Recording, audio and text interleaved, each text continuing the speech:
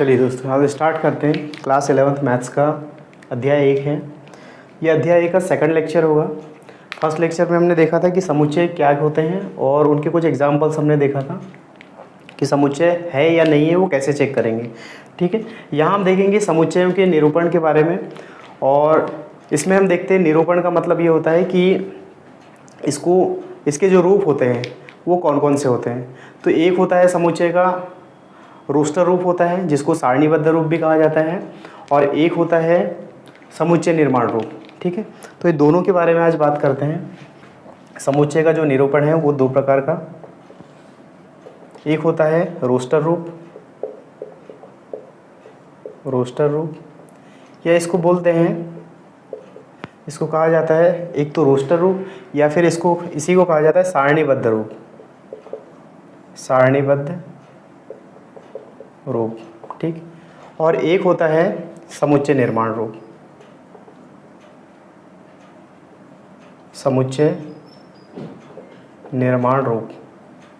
ठीक है, इसमें कुछ एग्जाम्पल के माध्यम से हम समझेंगे। देख लिया, यहाँ पर देखिए समुच्चयों का निरूपण में दो टाइप के रूप देखेंगे हम समुच्चय के। एक तो रोस्टर रूप होता है, इसी को सारणीबद्ध रूप कहा जाता है, और दूसरा होता है समुच्चय निर्माण रूप। तो कुछ एग्जाम्पल देखते हैं। मान लीजिए पहला एक एग्जाम्पल लेता हूँ मैं, जैसे 1 3 5 7 9। ठीक है, तो लिखने का तरीका ये होता है, लेकिन इसको एक और तरीका है कि इसको जो समुच्चय है, इसके अवयव हैं, इसकी सीरीज़ यदि अलग हो जाए, जैसे मान लीजिए इसको इस तरीके से 3 5 1 7 9, इन दोनों में क्या डिफरेंस है। इसमें जो लिखा हुआ अवयव है, समुच्चय का जो अवयव है उसकी सीरीज़ अलग अलग है। ठीक है, लेकिन अवयव दोनों में सेम है। तो हम क्या करेंगे, इसको देखेंगे कि ये समुच्चय निर्माण रूप में किस तरीके से लिखा जाता है। ठीक है, तो यहाँ हम देखते हैं समुच्चय निर्माण रूप में लिखने का तरीका ये होता है x such that x। उसके बाद ये देखिए, ये जो अवयव है ये क्या है, ये जो 1 3 5 7 9 ये क्या है, विषम प्राकृत संख्या है। ठीक है, तो विषम प्राकृत संख्या। दूसरी चीज़ ये है कि विषम प्राकृत संख्या में भी एक लिमिटेशन दी हुई है कि ये जो नंबर्स है वो 10 से कम है। तो हम यहाँ नोट कर सकते हैं कि x सच दैट x क्या है, 10 से कम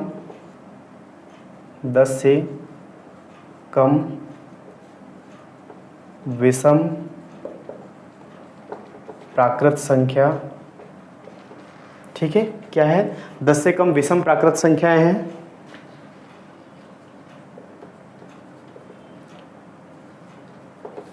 उसके बाद एक और एग्जांपल देख लेते हैं इसका।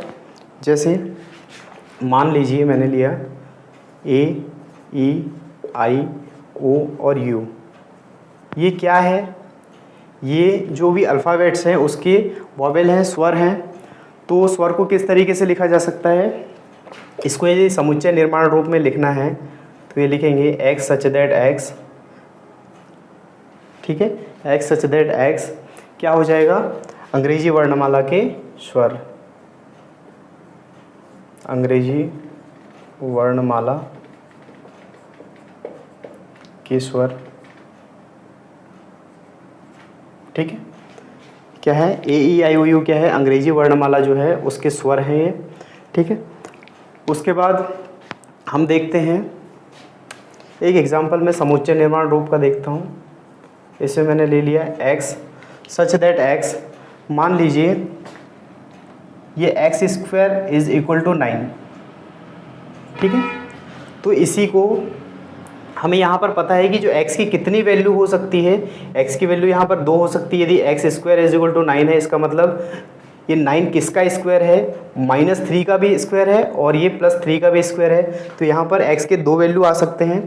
तो हम इसको नोट करेंगे क्या, रोस्टर रूप में या सारणीबद्ध रूप में, कि -3 और +3 ये दोनों जो अवयव हैं ये क्या हैं, ये x square is equal to 9 एक इक्वेशन है, इसी में x की वैल्यू है, क्या हो सकती है, -3 और +3। ठीक है, तो इसको नोट कीजिए आप। उसके बाद आगे देखते हैं।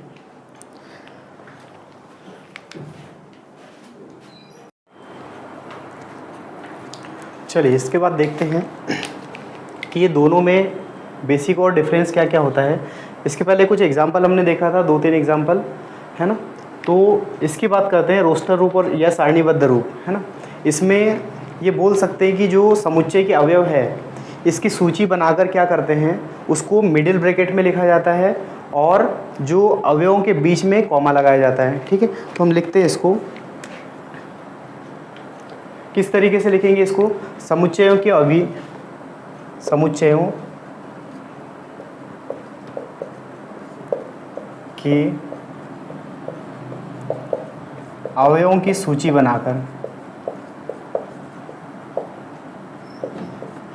समुच्चय के जो अवयव हैं उनकी सूची बनाकर क्या करेंगे, उन्हें मंझले कोष्ठक या फिर मिडिल ब्रैकेट लिख सकते हैं, बनाकर उन्हें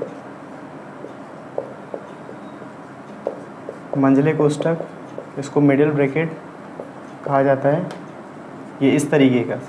ठीक है, मंझले कोष्ठक में कॉमा लगाकर, इसको लिख लेते हैं कॉमा,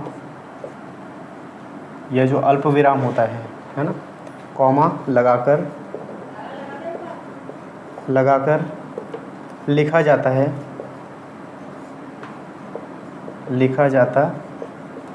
ठीक है।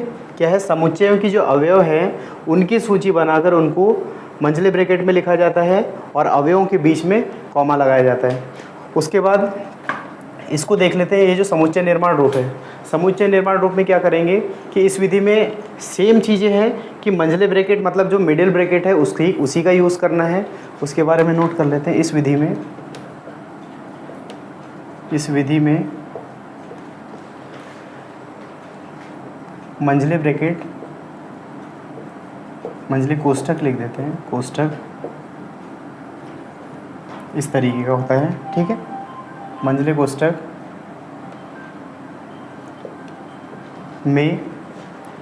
कोष्ठक में अवयवों के लिए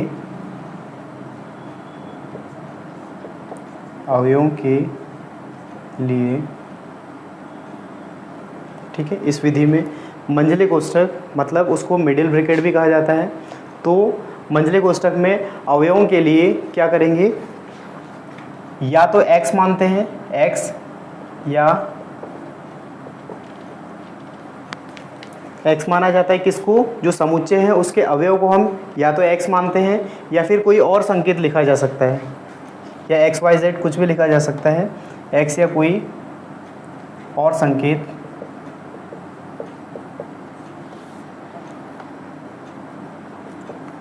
लिखा जा सकता है।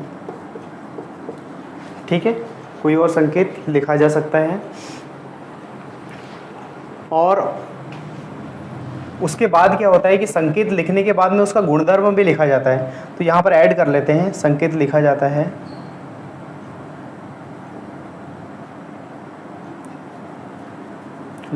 है तथा उसके बाद गुणधर्म जो उसकी प्रॉपर्टीज़ होती है वो लिखा जाता है।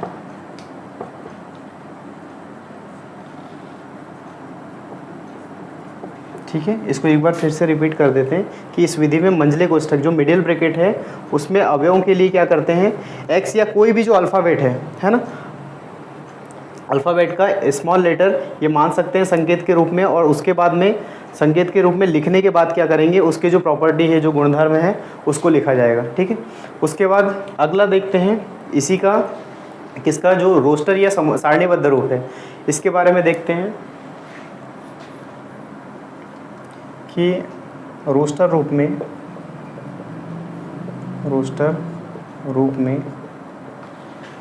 क्या कर सकते हैं। रोस्टर रूप में जो होता है वो अवयवों की सूची में किसी भी अवयव की पुनरावृत्ति नहीं करते। मतलब यहाँ पर ये होता है कि रिपीटेशन जो बात करते हैं वो रिपीटेशन नहीं होता है रोस्टर रूप में। रोस्टर रूप में अवयवों की पुनरावृत्ति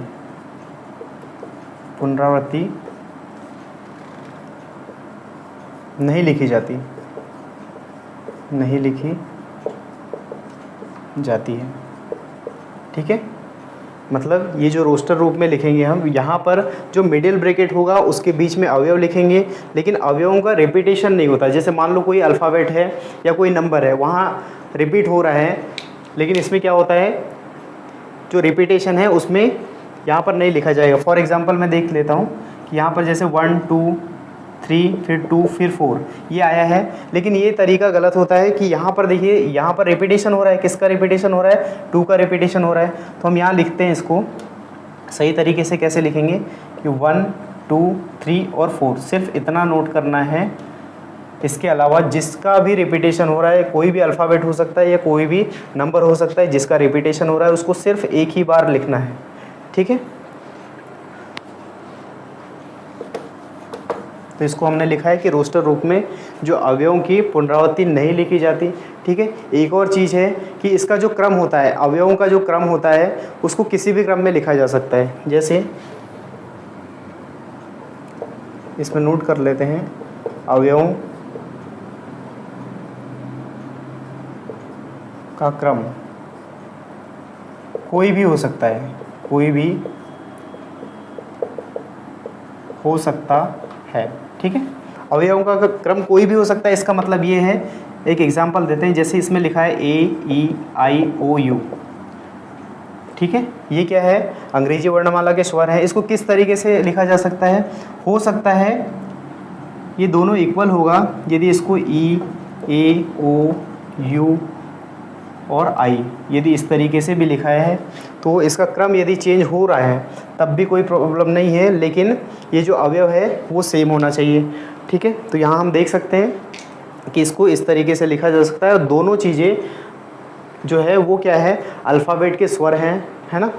और स्वर है उसके रोस्टर रूप के रूप में लिखा हुआ है, रोस्टर रूप में लिखा हुआ है, तो ये दोनों चीज़ें सेम है। बस ये ध्यान रखना है, इसका क्रम चेंज हो सकता है, ठीक। तो ये नियम है, इसको आप नोट कर लीजिए। इसके बाद में कुछ एग्जाम्पल हम और देखते हैं, 3-4 एग्जाम्पल, तो इससे और क्लियर हो जाएगा कि क्या है ये, ठीक।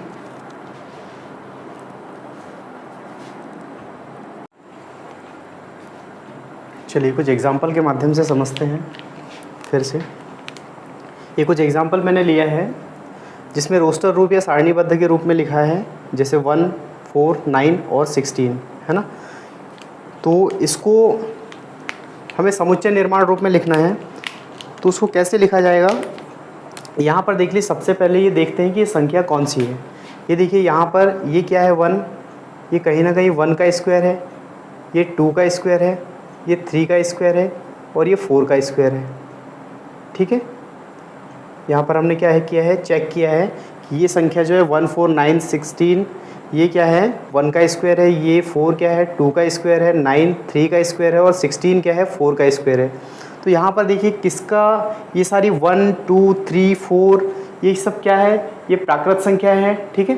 तो प्राकृत संख्या है तो इसको ऐसे लिखा जा सकता है, जब समुच्चय निर्माण रूप में लिखेंगे कि x सच दैट x 5 से छोटी प्राकृत संख्या है। यहाँ पर देखिए ये क्या है, प्राकृत संख्या है।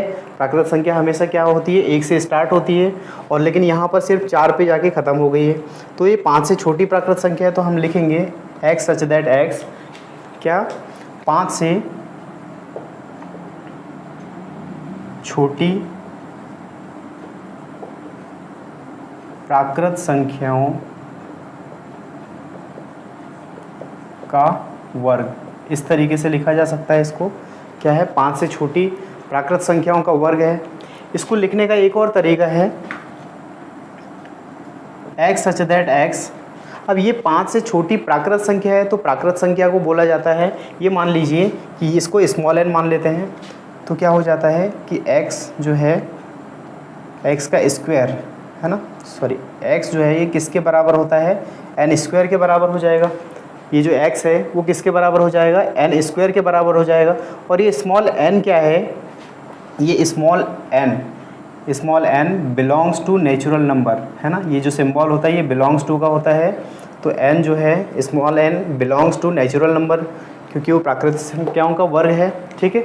उसके बाद कुछ कंडीशन है कि ये जो n है, n क्या है, ये 5 से छोटी संख्या है, इसको इस तरीके से लिखा जा सकता है। तो ये दोनों चीज़ें सही है, ठीक है। उसके बाद अगला एग्जाम्पल देखते हैं, ये क्या है, AEIOU। अब हमें ये पता है कि ये जो अल्फ़ाबेट है, मतलब अंग्रेजी वर्णमाला के जो स्वर हैं ये दिया हुआ है। तो यहाँ नोट कर लेते हैं इसको, समुच्चय निर्माण रूप में किस तरीके से लिखा जाएगा, X सच दैट X, ठीक है, X सच दैट X अंग्रेजी वर्णमाला का स्वर, अंग्रेजी वर्णमाला का स्वर है, ठीक है, क्योंकि स्वरों की संख्या 5 ही है। कौन कौन से होते हैं, AEIOU, ये सब क्या है, अंग्रेजी वर्णमाला के स्वर है।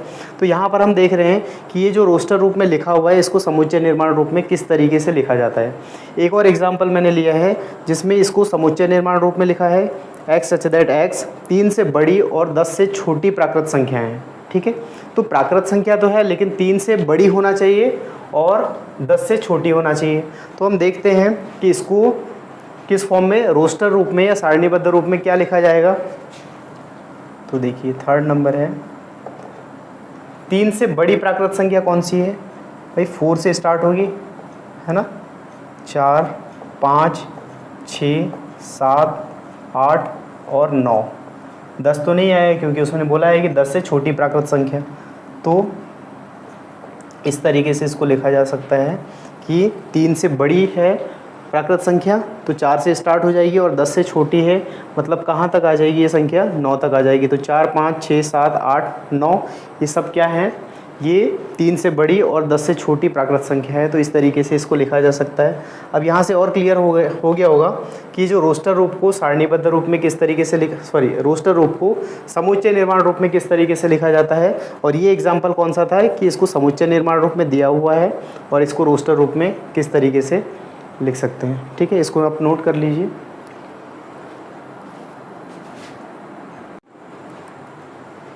चलिए इसके बाद आगे बढ़ते हैं। इसमें कुछ सिंबल देख लेते हैं हम कि कुछ एग्जाम्पल के माध्यम से मैंने इस सिंबल का यूज़ किया था।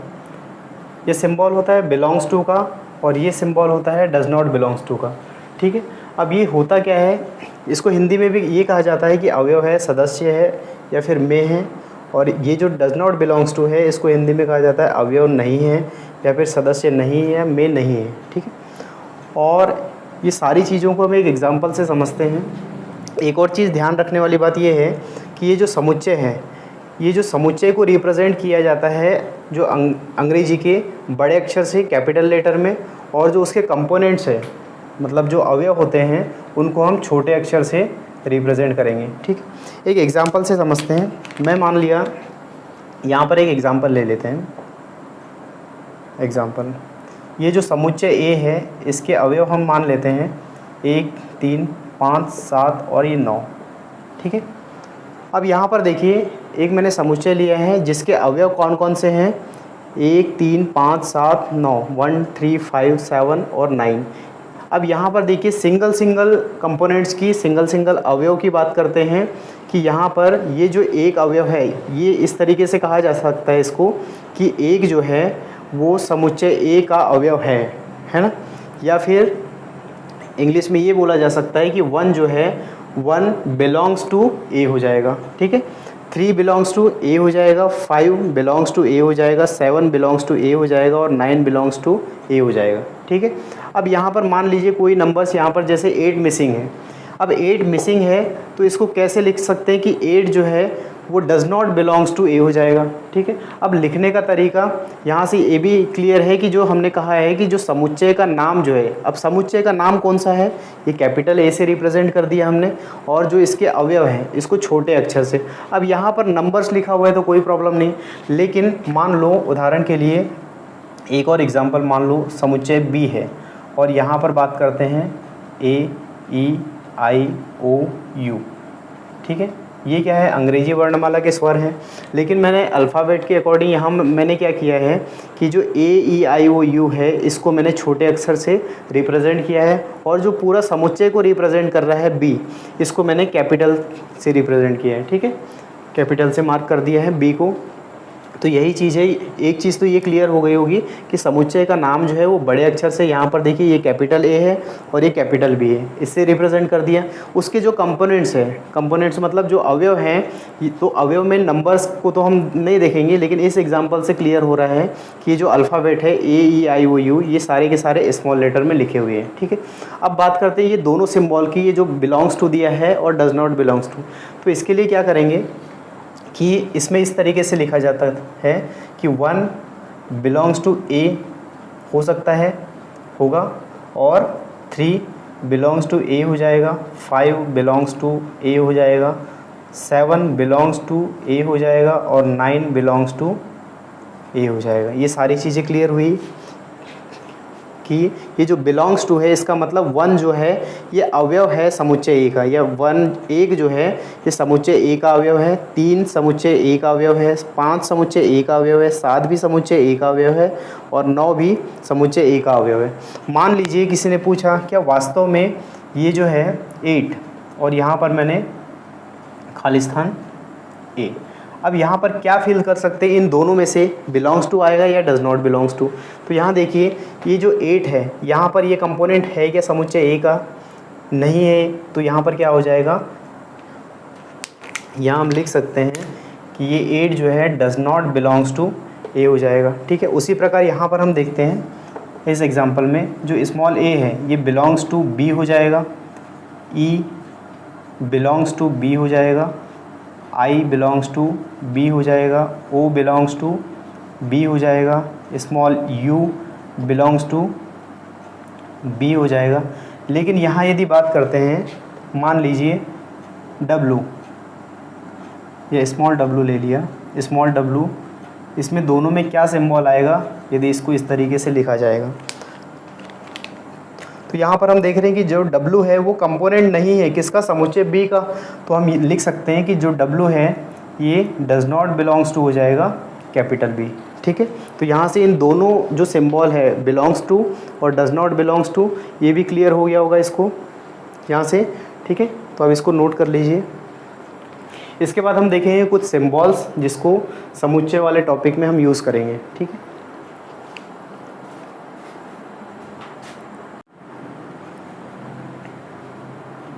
चलिए इसके बाद देखते हैं हम कुछ सिंबल के बारे में जो समुच्चय वाले चैप्टर में हमको यूज़ होने वाले हैं। जहाँ तो पॉइंट हेडिंग डाल दीजिएगा सम स्टैंडर्ड सेट्स। ठीक है, तो स्टैंडर्ड सेट में हम क्या देखेंगे कि यहाँ पर देखिए जैसे मैंने कहा कैपिटल N है ना, कुछ एग्जांपल मैंने देखा था इसके पहले जो हमने किया है उसमें कैपिटल N का यूज़ हुआ है। अब कैपिटल N जो है ये रिप्रेजेंट करेगा किसको, जो प्राकृतिक संख्याओं का समुच्चय है इसको रिप्रेजेंट करेगा। इसका मतलब ये है कि यहाँ पर यदि देखा जाए तो कैपिटल N किसके बराबर हो जाएगा, यदि यहाँ पर समुच्चय के अवयव की बात करेंगे तो प्राकृत संख्या कहाँ से स्टार्ट होती है, प्राकृत संख्याओं का समुच्चय है तो ये प्राकृत संख्या 1 से स्टार्ट होती है, 1 2 3 4 5 ऐसा करते करते आगे संख्याएँ बढ़ती जाएगी। तो इस तरीके से यदि कहीं दिया हुआ है तो ये क्या हो जाएगा, ये प्राकृतिक संख्याओं का समुच्चय हो जाएगा, इसको कैपिटल N से रिप्रेजेंट करेंगे। ठीक है, ऐसी बहुत सारे एग्जांपल हैं और सिंबल से इसको देख लेते हैं सरफेसली। जैसे कैपिटल W है तो इसको ये क्या होता है, किस चीज़ का सिंबल होता है, पूर्ण संख्याओं के समुच्चय को हम कैपिटल W से रिप्रेजेंट करेंगे।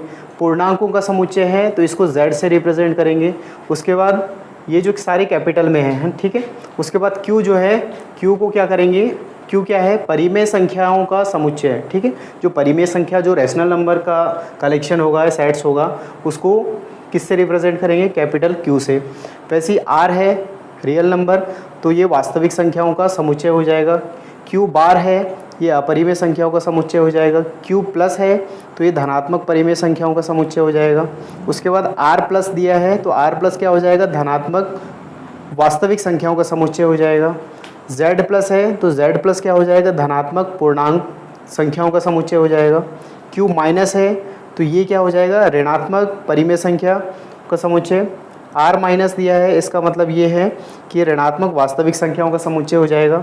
उसके बाद Z माइनस दिया है मतलब ऋणात्मक पूर्णांक संख्याओं का समुच्चय हो जाएगा Z माइनस। वैसे ही ये जो तीनों दिए हैं ये नॉट वाले हैं, ठीक है।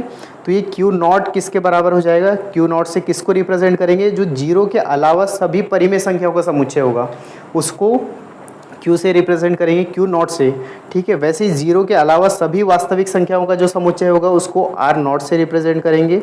और जीरो के लास्ट है जेड नॉट, है ना। जेड नॉट क्या होता है, जीरो के अलावा सभी पूर्णांक संख्याओं का समुच्चय है, तो उसको हम जेड नॉट से रिप्रेजेंट करेंगे, ठीक है। तो ये सारी चीज़ें हमको, ये जो समुच्चय वाला टॉपिक है इसमें डायरेक्ट ज़रूरत पड़ेगी। कब ज़रूरत पड़ेगी, जब हम इसको समुच्चय निर्माण रूप में लिखेंगे तब, ठीक है। तो इसको आप नोट कर लीजिए, इसके बाद अगला वीडियो आगे देखेंगे। Okay, thank you.